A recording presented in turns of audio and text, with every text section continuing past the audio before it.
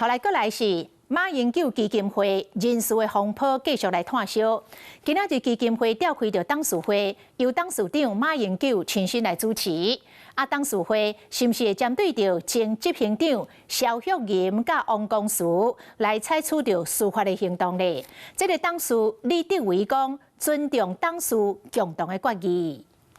馬英九文教基金會27號召開董事會，不過近期馬辦人事爭議延燒，董事態度成關鍵。會議期間包括業務和財務報告，另外還討論基金會所地址的代誌。會議由董事長馬英九親身主持，李德維、高華條等6位董事嘛攏有受到邀請，今日討論到人事爭議受到外界討論。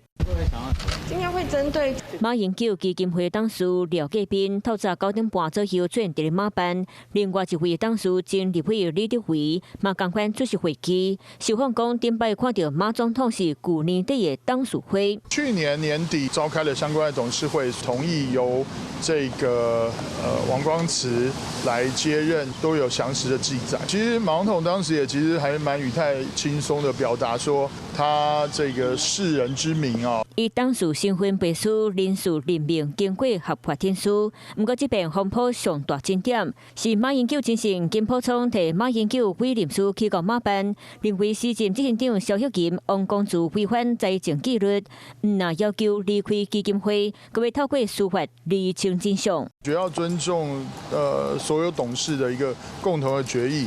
當然，我覺得對於基金會有重大影響的事務，大家也必須好好來深思熟慮。前總統馬英九協調會車道政治辦公室無出現在鏡頭前，董事表明立場，馬辦人事風暴繼續炭燒。Hello， 我是林純佩，想要掌握最及時的新聞資訊或是體壇動態嗎？趕快按讚、訂閱、開啟小鈴鐺，鎖定華視新聞的 YouTube 頻道。